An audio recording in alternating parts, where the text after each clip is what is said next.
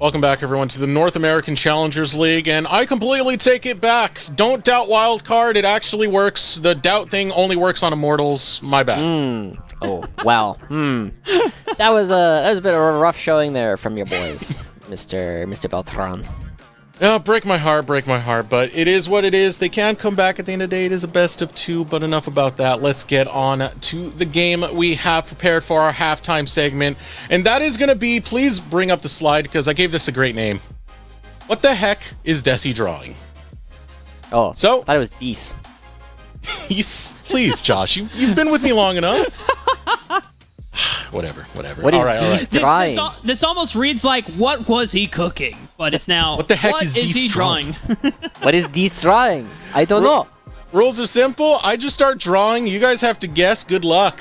Wait, I thought you said you were playing music for us today. Good luck. All right. I refuse to answer and acknowledge. Let's go, Destructs. Let's see what you're gonna draw. Let me get out of here. Let me get a blank canvas going. All right. Wildcard's chances of winning. Here we go. Oh, come on. Jax. No. Okay, those are people. Okay, 2 stick figures, one significantly taller than the other. Oh no, they're not. No, they're facing off. Oh, okay. It's the 3 amigos. Am I the third amigo? Oh, someone's sad. Someone's sad.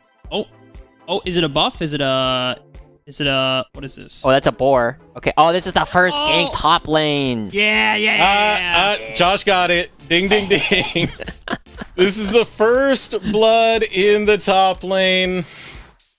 As you can see, hold on, let me move that to the side a little bit just so it can square it up right there. Yes. Nice. Oh, what is destroying? What is destroying? It's the first blood. It's the sad first blood. Yeah, that's the first thing that came down. Okay. Why is the boar also sad? Your name is Bristle, by the way. Bristle's a messed up name. That's why. No, wanted to be named something like Charlie. It was named Bristle. But Bristle's a... Oh, okay. All right. Next one coming up. All right, angry. Someone's angry. Also angry. 2 angry people. Oh, Jax! That's a Counter-Strike. Whirling around. Oh! This is the fight where Jax jumps in and there's both Wukong and Garen spinning and he didn't jump in. Oh, because he's a Cyclone. Damn. Yeah. You got it, Josh. You're good at this game. Josh had to make up for his performances earlier. Yeah.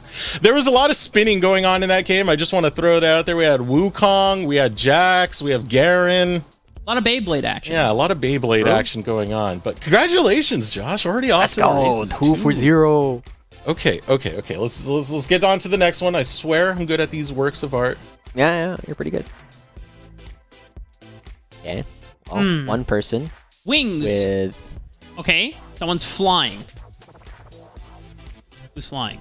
Oh, this is Wild Turtle dodging out the Channel Crystal Arrow. There we go, Rafa. Feathers fly. Feathers fly. Yeah. So one ultimate over here. You know what? Let's. Welcome to I the love future. the animation. I Welcome love the to the animation future. coming Ready? Through. Oh.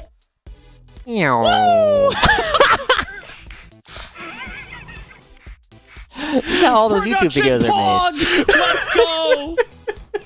Right, that is Wild Turtle. Yeah, you guys said you loved Riot Cinematics. I mean, we got it right here for you.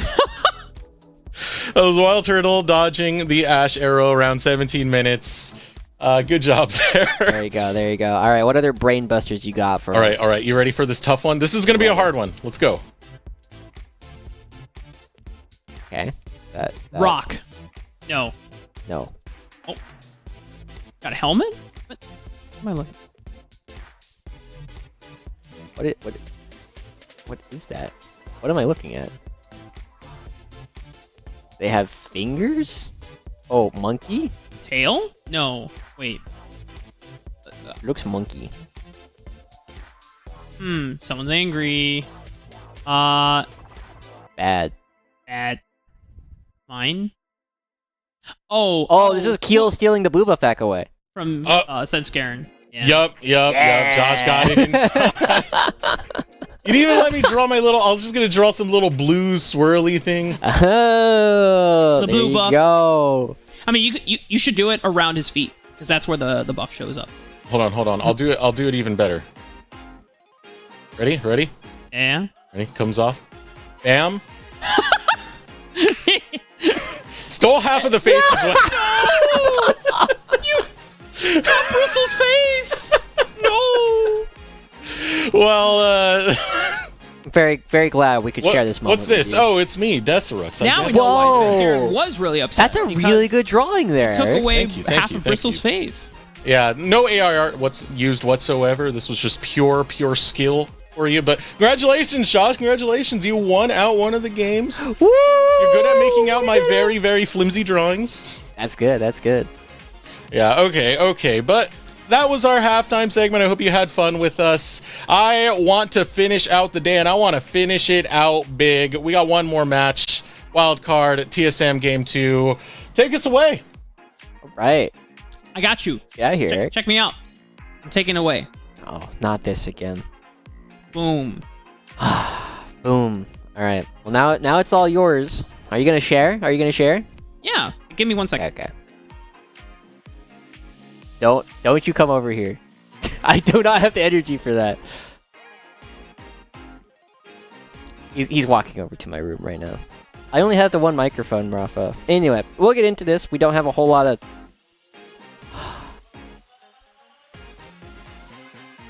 Give it to me. Thanks. Can you go back to your room now so I'm not solo casting? Alright, well, we're gonna cast like this for a little while. Yeah. Alright.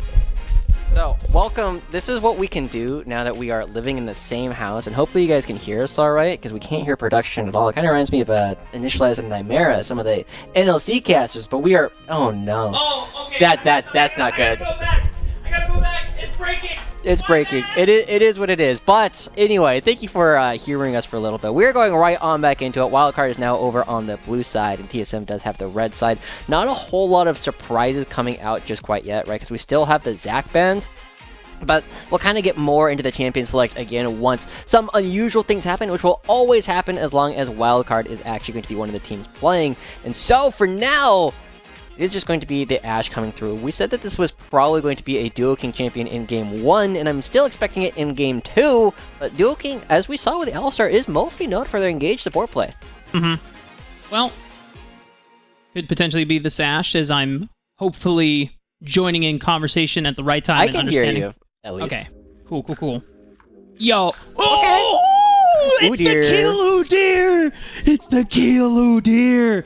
So during the preseason, there was a lot of Udyr gameplay after he had gotten reworked, and because his rework came in before the Worlds patch, no one got to play it on the big stage during the whole 2022 Worlds run. But this guy, I mean, I don't remember what changes came into Udyr during that time, but if...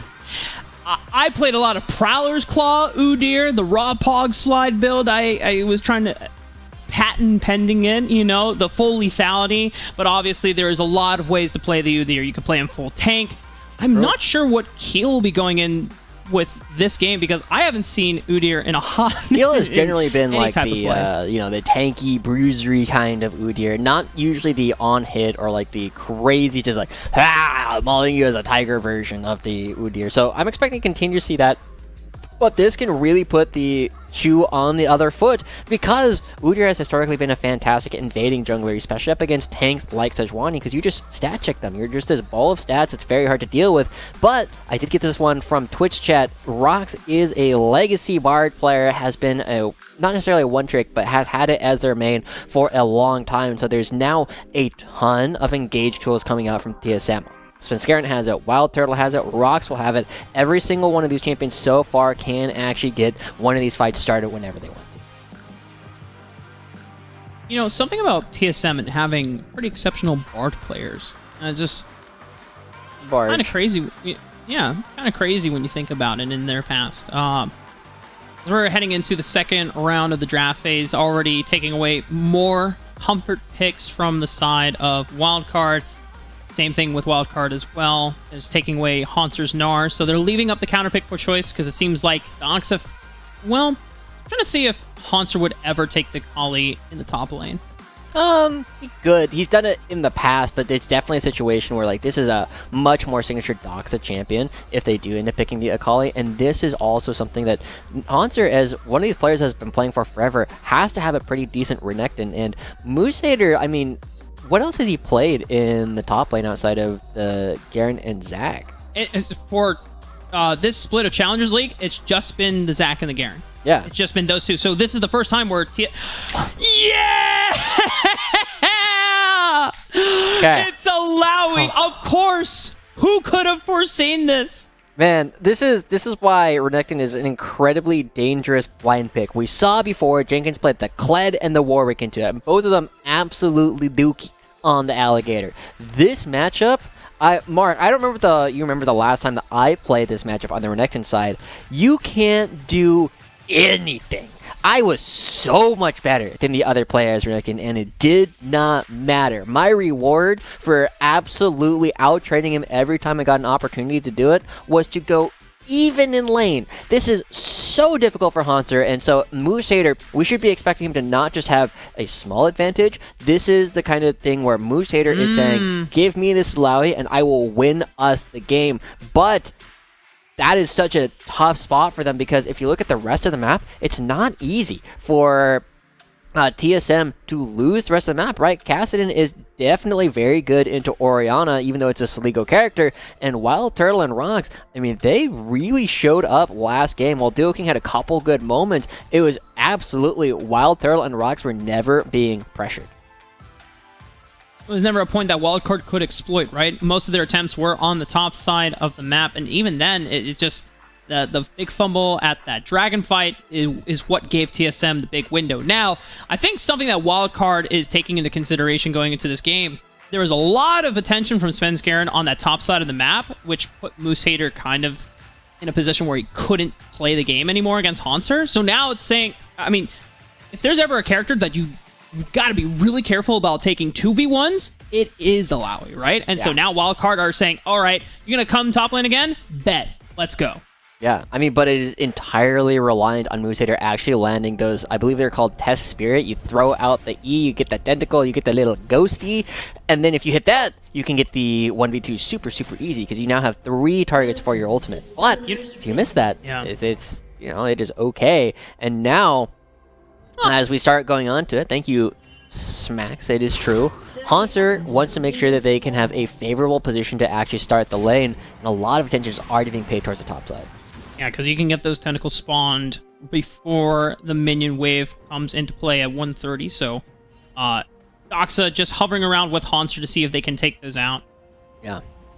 Doxa will not be super relevant for the first half of the game, we're kind of expecting, just because, you know, while you will not be super weak in the lane, you don't have an opportunity to create a lot of priority. So instead, going to be paying a lot of attention towards the bottom side of the map and how well Wildcard can have Moosehater accelerate up in this top side. Because if Alawi gets going, there are 3 melee champions in the Renekton, the Sejuani, and the Kassadin that are going to have to jump in and get absolutely obliterated in a, you know, we'll say some comics. I like that. Yeah, certain kind of comic. Their art. Oh. It's an Office reference. Oh, okay. Sorry, I did not catch on that. Something to note, as our wonderful observing team showed, they got an early ward into Wildcard's blue side jungle. So, if within the next minute, Keel makes his way over there, they'll know that he's on the top side of the map. But also, deduction, since he's not showing, either he started wolves or he started on the bottom side of the map. So, Keel's just making his way through the bottom side jungle at the moment. Yeah. And it's also worth noting that Keel started with no potion, so just going to be doing this clear, and that will allow you, I believe, Mark, to buy Ionian boots after the first full clear. Definitely what it used to be. Right, Yeah. That was the whole idea, is you would go through and you get the crab and you get your early Ionians because you weren't spending 100 gold on potions. Yeah, I just know that they changed gold of the first rotation of camps, so I forgot what was, like, purchasable, because I know that in certain junglers you could, like, take the futures market and then go for, like, early 2-tier boots if you were, like, playing a mage jungler, but I think Ionian boots are cheaper than Sorcerer's boots, so it should be the same kind of concept in practice. Yeah, well, we'll see. So far, Hunter's doing a decent job at getting the wave under. Alawi really struggles when they're under their own turret. Now Keel and Svenskeren, they have a tango. Yeah, Keel was able to get the smite down on the Gromp, but there's still a blue buff to play for. And once again, Svenskeren, even though that Moose Hater will be scary to play against in a 2v1 later, Svenskeren recognizes that there is a small advantage right now with Hanser pushing up the lane. So he gets Hanser to collapse on down and say, Keel, I'm sorry, buddy. This blue buff now belongs to me. Yeah, there you go. And Moose Hater will have to back up a little bit, and Hunter will create a freeze. Alawi is really good when they force their opponent underneath their own turret, and you are forced to just take the ease and just go for dodges. And every time you land, when you get, about a quarter of your opponent's HP every single time. But look at this, another potential gank onto Soligo. This worked wonders last time. Yeah, and it's the proactivity from Rox and Svenskeren just making that teamwork happen. Here's Keel. Now, Soligo might be able to get out alive. He has Keel to fend and peel off for him, but Keel thankfully has the slow peel from the Phoenix stance. He's able to escort Soligo out to safety. It did come at the cost of his flash.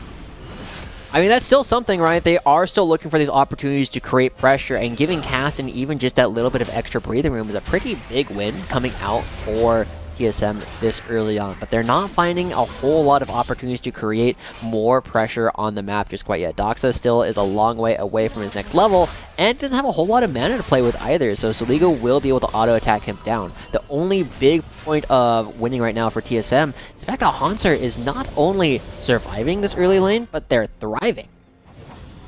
A slight CS advantage for the Crocodile at the moment, and because the wave is in a decent spot, doesn't have the recall quite yet, it gives an opportunity for Moose Hater to get his reset in, but all he can really purchase is that Chain Vest. What I want to kind of steer attention to is what Keel will be optimizing for. You talked about before that most of the time, Keel would play like the tankier version of Udyr, but at least when we saw during the preseason before Sunfire got reworked into a non-mythic item, you would see Sunfire, Demonic Embrace, sometimes, the opposite. I wonder if like Keel will build like a Radiant Virtue at some point and maybe rush Demonic Embrace first, kind of like what Maokai does, or if he just needs to recognize, or if he says to himself, hey, there's no other frontline on this team, so I have to be the one that kind of bites that for the rest of the boys. I mean, you don't really have a great way to be a ball delivery system either, right? Normally, when you pair Orionix with something like that Zac or the Jarvan or anything that can jump forward, Udyr just kind of runs at you and makes it really hard to have a setup, so there's a lot of pressure on Soligo. I would not be surprised if they went for something a little bit tankier from the jungle position for Keel, but Keel's tank play on Zac is pretty good, but a lot of the other tanks that Keel has played have had a little bit of trouble actually getting in because Keel is so good at picking their moments, and you don't do that as effectively on a character like Udyr. Yeah, you just want to run in. Shockwave is used on Adoxa, but Svenskeren is here hovering, making sure that Keel and Soligo can't look for any lethal onto Doxa. It's just giving Soligo the opportunity to shove in this wave, get him the crash so he can reset. Yeah, and so far, I mean, TSM has done a good job of nullifying. As long as they are even or ahead, it should be good, but Svenskeren coming towards the top side. Now, Josh, remember what we said. Level 6. This is not... Yeah, Moose Hater's level 6, so this is not a situation you want to take lightly in the 2v1. Moose Hater is still on the run, and he's actually forced to flash. Yeah, a very crucial thing was that Moose Hater had used the used the Test of Spirit on Hanser before Svenskeren got there, so there's no good opportunities to throw it out. You really want that third body to hit with your ultimate in order to get the maximum damage, because that never happened. Svenskeren and Hanser are threatening to stun lock him and kill him before he has an opportunity to do anything, and so Moose Hater has to get out of there. But this is... I mean, yes, Svenskeren came up top and got the flash, but Hanser's gotten most of his lead on his own. This is not a lane where that's supposed to be possible. And it just goes to speak to the volumes of experience that both of these guys have. And even when their direct counterparts are sporting picks that no one in pro play has seen in a very long time, they're navigating around it, they're logically thinking through, okay, how do we play against these characters, and then they're figuring it out on the fly and making the correct decisions to defuse it. So at the same time, we were also saying the bottom lane, and we're not expecting them to put pressure on Wild Turtle and Rocks based on the previous game that we saw between them. This is definitely a spot where Wildcard are kind of pressed for a spell. I was like, where are we going to find our advantage? It's not top lane. Oh, that's 3 bodies. Okay, that's a lot of tentacle slamming down. It's the super slam, but not for the sake of Wildcard. It is TSM that lock him down and pick up first blood. Now Keel's looking towards the bottom lane. Run! And the slow connecting on the Wild Turtle, forced to cleanse, but here comes Keel, and they're going to just run him down under the tower. Wild Turtle burned everything he could to get away, but it's just not enough because it is Summoner's Burned. But it's a trade in the end, and I think that still somewhat benefits TSM. Yeah, that's honestly pretty decent for TSM considering how much was just invested from the side of Wildcard. They will pick up a couple of plates, but Svenskeren is trading on the opposite side of the map to pick up this Rift Herald, so the gold remains relatively even. And hey, Mark, we have a bit of a difference between these two teams, and that is one team has a Kassadin and the other one doesn't. Now, Joshi, Mark. what happens when you have a Kassadin on your team? Yeah, you know, it's all about counting. If you can count to 16, then you win. And Hanser has to be a little bit careful here. Alright, he's fine. But yeah, it is definitely you need to pressure the team with Kassadin before they actually get to a position where they can end the game. As we take another look at this, one of the neat things about this from Wild Turtle is cleansing the slow instantly to try and create enough space and get Keel far enough underneath the turret. Allows them to actually turn and get enough damage down to pick up the kill onto Keel with the turret shot. So, I mean, Wild Turtle, while they haven't had a lot of focus on him thus far, has done a good job actually surviving. I think this is just... Hey, look, the part of the lane where Hanser is very, very sad that he's playing Renekton. Yeah. This is a really intelligent way for TSM to adapt to having a sub-support coming in. As we said before, you know, Rox is here, given a chance to prove himself in Challengers League, but the main starting support is supposed to be Dragku, right? Yep. And for anytime you're trying to get a sub-support to play in, it can be difficult to, as they have to be one of the more vocal... Oh, hang on. Oh. Can he make the steal happen? Nope, it's cleanly secured by Svenskeren. And you know what? Svenskeren might be able to give his life point. They've just actually cut off Keel's escape route from being assisted by anyone else from Wildcard. Wow, this is brutal. Yeah. I'm honestly kind of impressed. Like, Svenskeren did a couple things that looked weird, but he was just avoiding the Soligo shockwave, right? Always trying to put himself out of range so that it would never get used at any point. So they get the dragon, they get the kill, and then they get out. It doesn't cost them a whole lot. TSM are continuing to scale up. So I'm looking for opportunities for Wildcard to really come up and find an advantage in this game. Where the first place was maybe Keel can counter jungle pretty effectively. 2, maybe... Oh! Maybe an opportunity on Rox, but he flashes away. And it's the turnaround from TSM. They lock down Lens, and Rox still has enough firepower to fire out that ultimate to lock down Duo King. It's done. It's a flash. And now maybe Svenskeren has found himself slightly overextended. Keel is there for revenge, and oh, Rox makes it out alive. Looks like Wildcard didn't get a chance to see where he was recalling.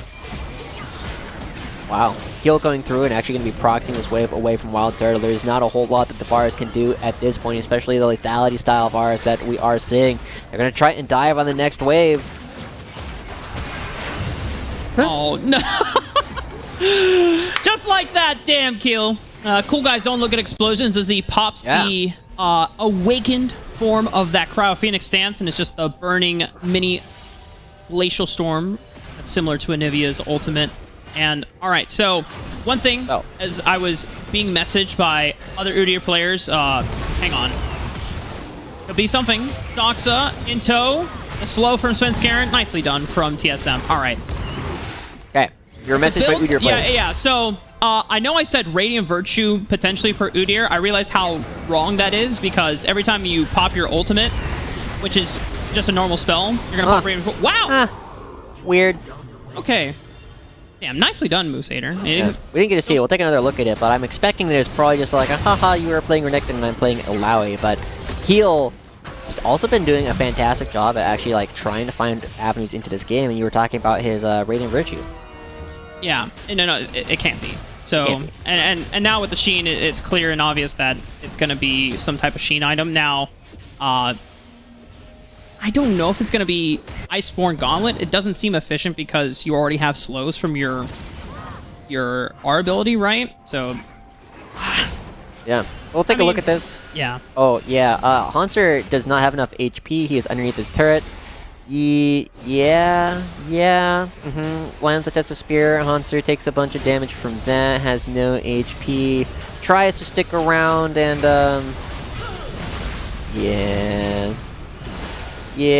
Force out underneath your own turret. Allowy things, baby. Yeah, that's how this matchup is supposed to go, except it's supposed to start about 10 minutes ago. So Hanser did a very good job playing the early part of the lane, and now this is the rest of the lane, right? You have no opportunity to get in, and as long as Moose Hater is playing well, there's Unstoppable on the ultimate, so you can dodge out from Renekton's stun, which is the one way where Renekton can actually take these good trades, and so I mean, Moose Hater has enough wave clear, basically kills this wave, holds underneath the turret, and every single time there's no minions in the way to actually block the E, Moose Hater just throws it out. And if you're right, cool, you get a third of your opponent's HP. If you're wrong, oh well, we back up. Right, that's how difficult this wave is for a lot of melee champions, and so we'll kind of look back at Hanser's ability to impact a lot of the lanes. They're actually well ahead of where they're supposed to be already, but TSM still has this big lead, and we were looking at a lot of the rest of the map before. Now, Doxa's level 10, has the Rod of Ages starting to stack, has a tier 2/3 of the way done. This is going to be the big player that we're going to have to look at soon. Tempered Fate does not connect. Uh-oh. Glacial Prison is not enough to deter Keel. I didn't get a chance to see. I wonder if he awakened his Horn Stance and was able to block through the Glacial Prison. We'll have to take a second look at that on the replay, but nicely done from Wildcard, being able to counteract TSM's proactivity there. Yeah, there's the Divine Thunder coming out from Keel, as well as Moose Hater picks up the top lane turret. This is real coming back alive from Wildcard, in particular. The fact that Moose Hater has re-figured out how to play the lane and absolutely dominated Kevin Hanser, Yarnell. Now Keel also doing a good job on the rest of the map, giving Lens and Duo King a way back into the game. Suddenly, Wildcard, they haven't won, but they have opportunities to start thinking about how to actually press an advantage. But the big thing here is Keel just like walks forward, and I think Rox just, he just misses. Oh no, he does get the stun, it just doesn't matter. Yeah, he didn't even need to cleanse it with Awakened, Horn Stance. Why can't I think of, what is it called? Anyway. Ram Stance? Ram Stance, thank you. Gosh, it's like goat, sheep. Okay, but the dragon. Okay, Svenskeren claims the dragon. That's 2 dragons over to the side of TSM, and Moose Hater is on the left side of the flank, but it forces TSM to scurry away. Svenskeren's just waiting on the next Arctic Assault cooldown so he can make it out alive. Moose Hater is big and scary, but can he get the slows down? Keel is popping the ghost. He's waiting for him. Meanwhile, Doxa finds Lens on the backside, and he's going to look for one more Rift Walk. That's a clean assassination from the mid laner for TSM Challengers. The rest of the members on TSM side seem to make it out alive. Yeah. I mean, so far, this game feels really chaotic, right? The way that people are moving around this fight does mean that Doxa is going to be so strong because of how much people are moving back and forth, and Moose Hater finds himself in the middle with no ult. Oh no, Rox. That's a lot of damage, buddy. Moose Hater flashing forward. Can Rox get out? I don't think so. Tempered Fate, it just delays it, and now Moose Hater finds himself between 2 and on Wild Turtle and Svenskeren, but can they deal with this Alawi? Because Keel has already routed off Hanser, and just like this, Moose Hater buys enough time, doesn't find any killing blows on a Wild Turtle and Svenskeren, but now Wild Turtle has Flash and Cleanse available. Grenade, forced to flash away, gets out alive, unless Keel says something else to say about it. Smites him for the slow, but not enough movement speed to be able to get in range. It's not often that we have a game this obvious. We have 2 main characters, Mark. We have Doxa on the one side trying to scale up, already hitting level 11, and then we have Keel coming in for Wildcard. And so it really is starting to look like a situation where these 2 characters are going to kill basically the entire other team, and then see how much health they have left to actually go for the brawl after that. Doxa is getting so strong, being off in the side lane. He's not easy to match for anybody at all in the side, and the only reason why Lens is alive right now is because Doxa didn't have enough mana to kill him yet. Now, Josh, last game, we saw a very, very dominant stranglehold from TSM after they got the advantage in that first-ish dragon fight. This time around, the story is different. Even though they put a lot of resources into trying to shut down Moose Hater, he has still emerged as hell of a problem for TSM to deal with. Yeah. I mean, Moose is doing a really good job at finding these off angles to attack people, right? Rock's just walking into him, taking a ton of damage, and actually putting himself in a position where he is quite far from the rest of his team means that, you know, one of the big things that Alawi struggles with in dealing with range is no longer an issue for them, so he's able to stay alive for a long time. But it is going to be a situation where these chaotic fights, you know, TSM can't really go for a lot of these front to back up against the Alawi, up against the Udyr, because that front line is just so difficult for them to kill, and Wild Turtle, opting into a lethality build, cannot actually deal with these front line.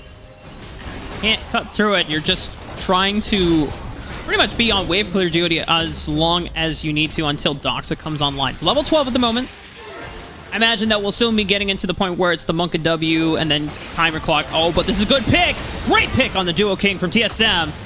That's how you're going to have to do it. Find the squishier members, see if you can blow them up before these objectives come into play. Lens is forced to cleanse, as you called it. TSM still on the chase, and Doxa from the flank on the left side cleans up another kill on the Kassadin. Yeah, Haunter still, you know, crying a little bit. He's like, yeah, you know, my team's doing well, but this turret should be very close to going down, and Rocks be keeping Keel away. Does Moose Hater get in range? Going to be looking for the Test of Spirit, but not going to find it. And all the while, Doxa picking up another kill, goes back into the side lane, continues to farm. It definitely feels as though TSM have kind of understood a lot of what it is that Wildcard want to do. They want to run you with Keel, and Hunter's like, yeah, I'm going to get away. I'm going to keep myself alive. I'm not going to be dying because it's not really possible for me to get towards the backline core of Soligo, Lens, and Duo King. And Dox is going to farm, right? Already level 12, looking to continue farming their way up towards that level 16. And from that position, even with all of the massive balls of stats coming through from Keel and Moosehater, Dox will have so much ability to choose his own targets and go for both sides of the map. We're about 40 seconds away from the third dragon in the game. TSM had already done a great job of picking up the first two dragons. So I imagine that Wildcard, if they don't want to contest for this third dragon, they're definitely going to have to contest for the fourth one. So 30 seconds away. So far, they're getting themselves prepped to rotate on over. Everybody moving right on over. Remember, Doxa, level 13, doesn't have that super Rift Walk just quite yet. And every time you try and walk into a Heimerdinger Alawi, it's going to be one of the most difficult things in the world for TSM to try and do. Yep. Moosehater, I don't know if this is a fight that you can actually take. Yes, if Doxa just jumps right on into a Test of Spirit, it's going to be a winning fight for Moosehater, but you have a lot of opportunity to move back and forth in these fights, and you rotate faster. Check this out. Keel already using Awakened Cryo Phoenix stance, but nicely done from Rox 908 to use the Tempered Fate to block out that Rift Herald Crash from doing any damage to the tower. That saves mid lane Tier 1 from going down, but now this gives Wildcard the opportunity to start up the dragon, but Hanser with the flank. Can he find something? He has to wait for the rest of TSM to come in position. Dox is also teleporting, and you called it out. A teleport is coming from Moosehater as well. He's going to join the fight. Depends on how well TSM can coordinate these flanks. Hanser finds Sleek on the back end. No shockwave available anymore. TSM are now routed off on the other side because it's just Keel and Lens burrowing through the weakest side of the flank, and Doxa doesn't get an opportunity to really join the fight. Yeah, it is wild. The front line for Wildcard is so strong, but Doxa is also an absolute monster every time he comes in from these flanks. Easily just picks up Soligo, but the Hanser and Svenskeren are just crumbling to the damage that is coming back and forth every time. And wow, this is bold. Wildcard are actually daring TSM, and they're going to be looking to start up the Baron potentially? No.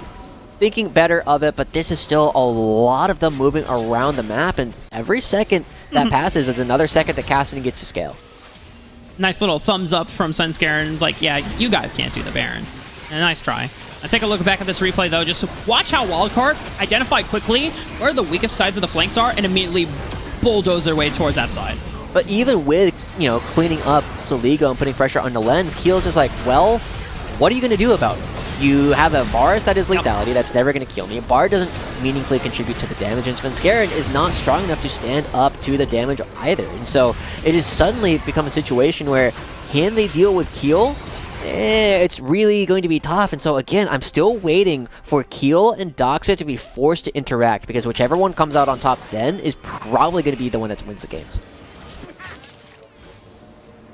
We're in a closer game state than we were in game 1. A far cry from the stranglehold that TSM had on them, opening up the series.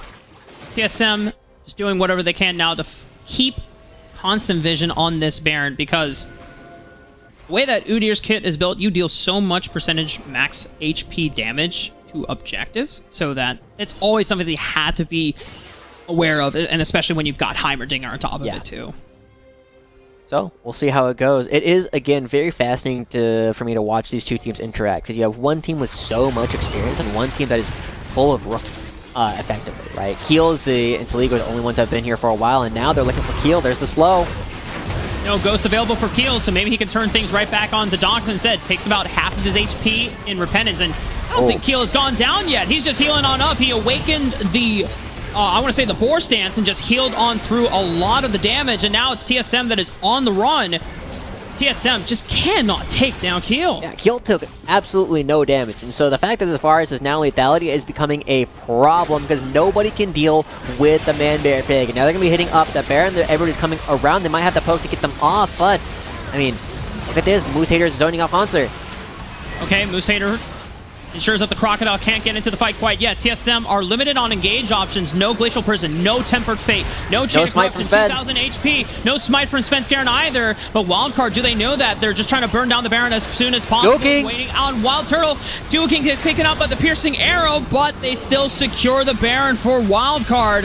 Oh, Moose Hater, Leap of Faith into Flash! And damn the damage! Moose Hater never can count this guy out when the niche picks are on low in supply. You take away the Zac, you take away the Garen, and this guy still shows up on the Alawi. Doxa never able to get into the fight either. Everyone on TSM is struggling to actually participate in the fight, but the gold still even, and now Moose Hater with no flash. Doxa's here to see what he can do. Doxa's not level 16 yet. Can still do some damage if Wildcard step a little too far forward, but damn, what a bounce back from Wildcard coming into this last game of the day. Yeah, and TSM, again, looking to try and bounce back and prove that these players still deserve a chance in LCS.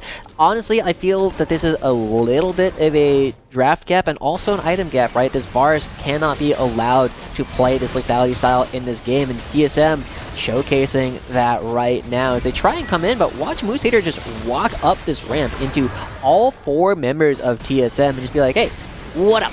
And everyone's like, well, that is one scary lady, and everybody has to kind of leave, and like they're not going to be able to get the steal onto this Baron because Svenskeren doesn't have the smite. Wild Turtle just used a W on the Q in order to kill Duo King, and yeah, Moose Hater just goes in. He creates space all by himself. Now, we've recognized in past compositions before, anytime a Heimerdinger is on a team, if you get your turret set up, that's difficult to walk through. And if you have an Alawi on your team, it's difficult to walk through those tentacles when it's set up. How about you put them both on the same team? Like, it is just damn near impossible to actually get into the pit if you are TSM, or get through those choke points and the entrances. So we'll see what Doxa can do. Finally, level 16. There's a teleport coming from behind his Hanser.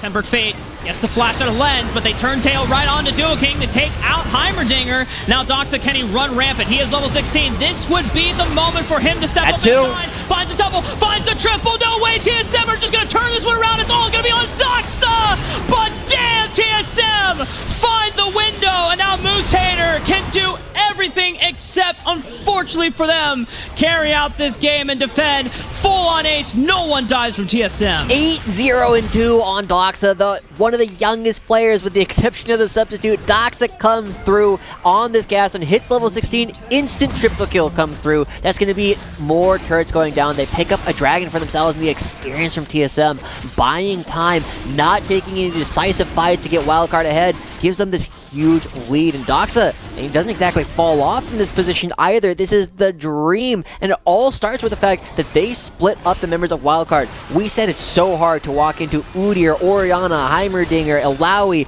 but suddenly they created a position where they no longer have to do that. They can pick and choose their different angles. Doxa comes over the back and instantly cleans up so much of this damage, and Hanser finds his way into the backline as well. He gets on top of Lens, he gets on top of Saligo, and this front line that is so strong for Wildcard can't do its job. Because when you set up the 5-on-5 and only create one avenue for TSM to enter through, it's a much easier game for Wildcard to play. But when you as Hanser and Doxa split up and take different angles and approaches, the flanks, so beautifully demonstrated. And the one thing that maybe Wildcard didn't count on, you were talking about it before, that there's a little bit of a gold diff, item diff, and a draft diff. Well, the trump card in Doxa's Kassadin, that's the Doxa diff right there. Yeah. And Keel and Moosehater, I mean, they got burned once. The game is still not over. They're still within 3,000 gold, and Keel still very, very strong. Orianna, I mean, we talk about Kassadin's level 16. Orianna's level 16 Shockwave does crazy damage, and it's a huge zoning tool, can one-shot a lot of different players, but Soligo's a little bit far. It's still only the 2 items, needs the Rabadons and or the Shadow Flame to be completed to really be a credible threat once again, and TSM really want to abuse his time while Doxa is completely running him. Get your throps out, everyone. Drops out for Doxa diff, Pepe D. Now, for TSM, no Baron buff for the next minute and a half, potentially. We'll see if they can stall out the game long enough. But for us on the backside, TSM Challengers, because Doxa is now past the point of where Kassadin is at his breaking point, death cap online, even a stopwatch to boot, and it is going to be so damn hard for Wildcard to try and lock this guy down. Yeah. I mean, the big thing for Doxa is they want to wait out a little bit longer for him to have his flash up for the next fight again, right? That's about, you know, about 2-ish minutes from this position where they can actually try and create a lot of pressure that way. But it is going to be largely about TSM creating time, not necessarily going for anything until that has happened. And Doxa just goes in. Keel awakens the ramp stance to try and block out a lot of the crowd control, but it only lasts 1 second. He gets stunned up. Moosehater's able to fire on back with the Test of Spirit. Pushes TSM back. Not gonna get any much more from now. Already backs away. Yeah, I mean, Keel is still very tough for them to take down. With the combined might of Svenskeren and Doxa, it only got him down to half HP, but it's a good damage check, right? A vibe check. Like, hey, does this actually work? And Doxa has about 1.5 minutes left before the flash comes up, and once that happens, it is so difficult to lock him down. You already talked about the Merc Treads, the Zonia's coming through, the Seraph Shield is there as well.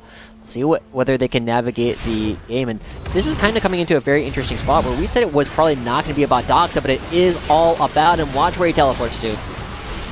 Wildcard have to go for a Hail Mary at this point. Doxa, you called it. Where is he teleporting? It's the flank. And the walls are closing in, Joshi, for Wildcard. Everyone from TSM piles on into the Baron pit.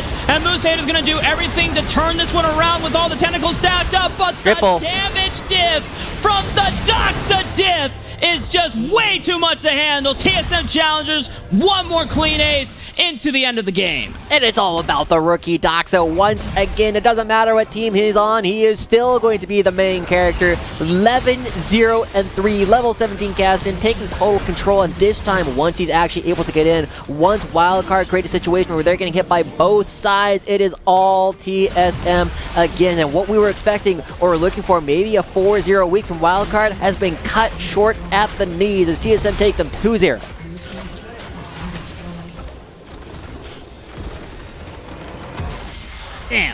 Damn.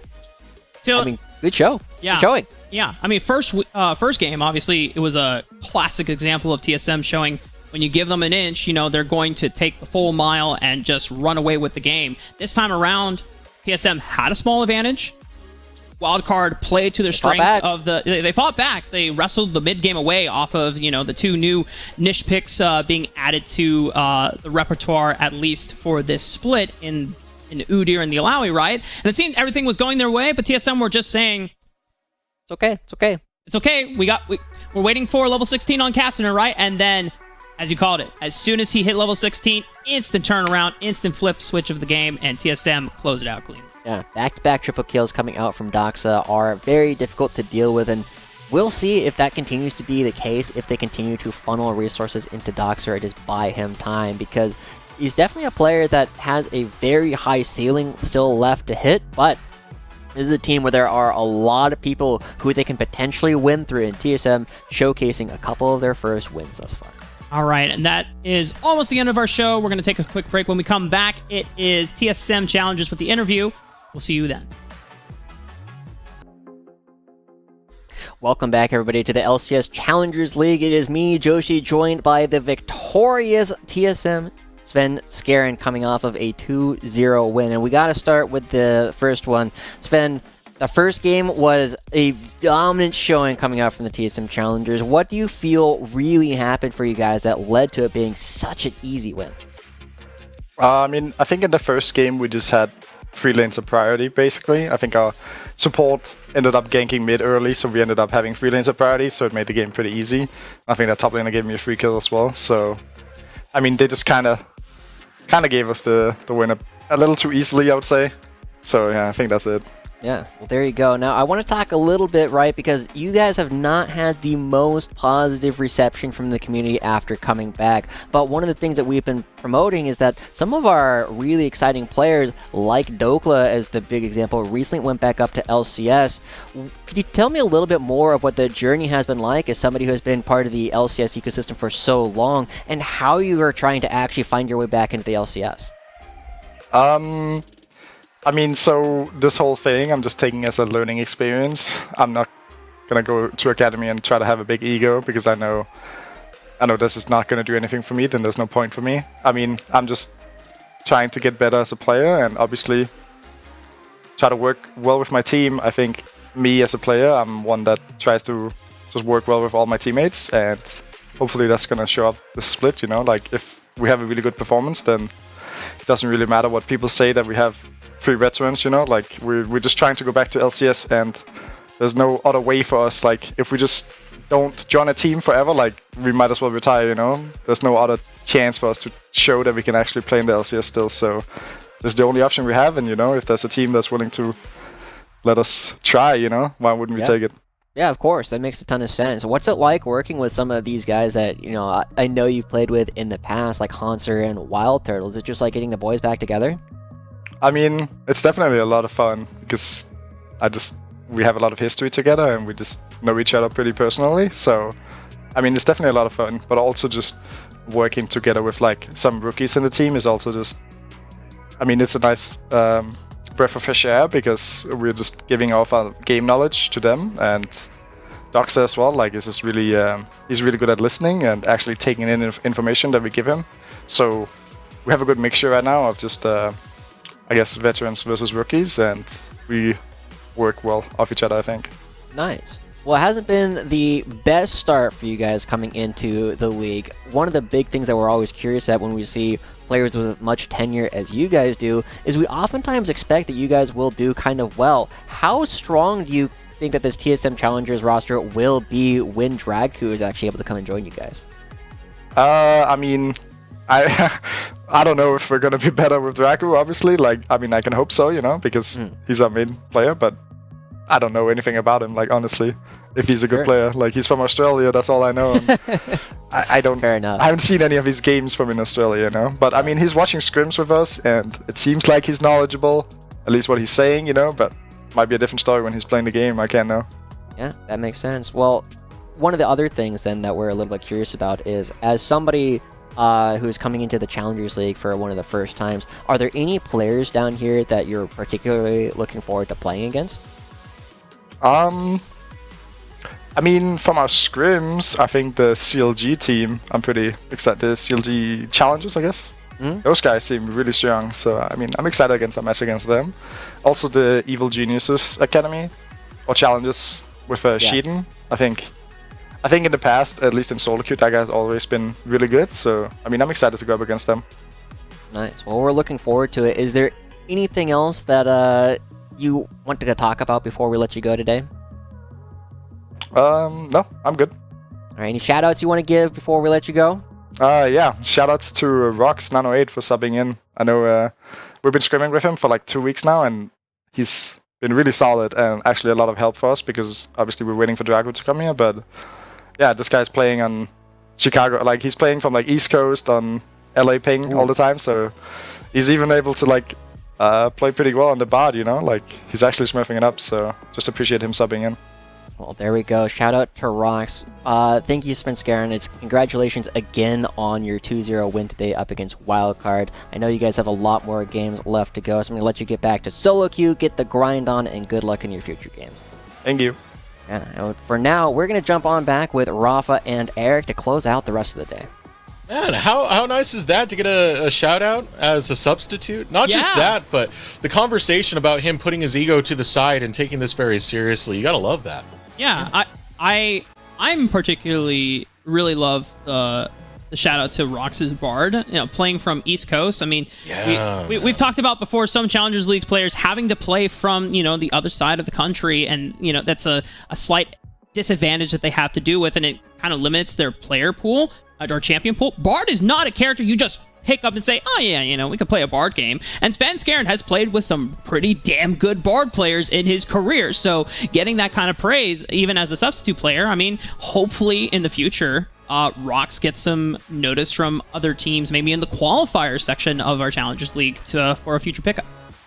All right, so while we close out for the day, let's take one more look at the standings to see how things have developed onto the day. I'm a little bit sad because I had high hopes for Wildcard, but, it's still Doxa doing well. I appreciate the Doxa div. Big fan of the Winthrop. I heard you say Throp's out during the broadcast.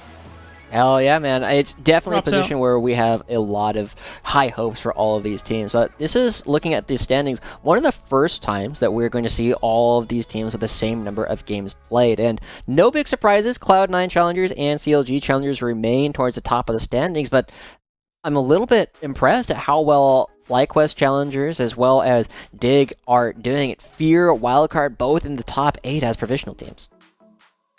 It's been a wild start for these first 2 weeks, seeing how these provisional teams are doing, seeing how a lot of our challenger teams are facing off against each other. It has me excited, and we're just starting off week number 2, so we have quite a bit more to go. But we're going to start closing out for day number 1 of week 2. Any closing statements you guys got? It was a pretty good day, even with the long games that we had. Yes, I in fact do. While I get this untangled, Joshi, go ahead and give your closing statement. Yeah, sure. I mean, I'm really excited in particular to watch more of AoE. This team clearly has a lot of growing to do, but they have a very strong foundation to actually be building off of. And I'm also really excited for a couple more of our heavy hitters going up against each other. I can't wait to see what Cloud9, CLG are going to be doing, and of course EGC and TLC are some of the ones that I'm expecting to be doing quite well over the next coming weeks. But for now, I mean, we still have a lot of games left to play, and there's nobody that we can just entirely count out yet.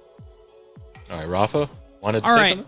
Not only shout outs to Challengers League as always, but also I've been wearing this charm hoping that someone would play Lee Sin today. Unfortunately, oh wait, if I can get it to focus. It didn't work, but this Lee Sin Tamagotchi from I'm Reishu is still freaking awesome. So, but I'm going to continue wearing this until someone plays Lee Sin in the Challengers League as a good luck charm. At least on the broadcast that I am on, because I want to see Lee Sin again. The jungle meta. Oh, it's getting so stale, man. I want to see some new stuff. So thank you to Keel for bringing out Udyr today. It's an awesome champ, an awesome charm, and you're awesome as well, Rafa. You want to watch an awesome stream right after? Well, someone who did a lot of subbing in, now getting to just focus on LCS purely. It's going to be a Blaze Olive. We'll be rating that stream right after, but for the broadcast desk, my name is Desrooks. This has been Rafa as well as Joshi. A big thank you to our partners who are covering this broadcast alongside with us with Rally Cry, Monkey Bubble. They make all this happen. A big thank you to the audience as always. We'll be sure to see you next time tomorrow, same place, same time, the North American Challengers League. Ciao.